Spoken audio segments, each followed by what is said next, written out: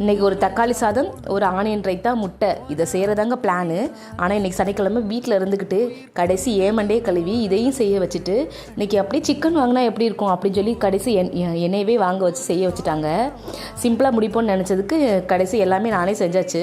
First வந்து தக்காளி சாதமும் செஞ்சுட்டு, அதுக்கப்புறம் சிக்கன் வாங்கிட்டு வந்து வெங்காயம் தக்காளி சும்மா சிம்பிள் மசாலா எல்லாத்தையும் போட்டு ஒரு பெப்பர் ஃப்ரை மாதிரி செஞ்சுட்டேன். இது என்ன காம்பினேஷன் தெரியல, தக்காளி சாதமும் சிக்கன்னு சொல்லி. இருந்தாலுமே இது வந்து இந்த மாதிரி வெரைட்டி ரைஸ் என்ன செஞ்சு கொடுத்தாலும் சத்தம் இல்லாமல் ஒரு சிக்கன் இருந்தால் போதும், சத்தம் இல்லாமல் சாப்பிட்ருவாங்க எங்கள் வீட்டில்.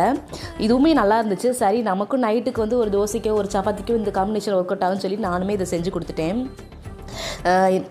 மதிய லஞ்சுக்கு எந்த வித ப்ராப்ளம் இல்லாமல் சத்தம் இல்லாமல் சாப்பிட்டு எழுந்திரிச்சிட்டாங்க. இது நைட்டுக்குமே காம்பினேஷன் ரொம்பவே நல்லா தான் இருந்துச்சு சாப்பிட்றதுக்கு. ஏதோ ஒரு வகையில் நமக்குமே கொஞ்சம் இது வந்து டேஸ்ட்டாக உள்ளே இறங்கிருச்சு. அவ்வளோதான், அடுத்த வீடியோவில் பார்க்கலாம். பை.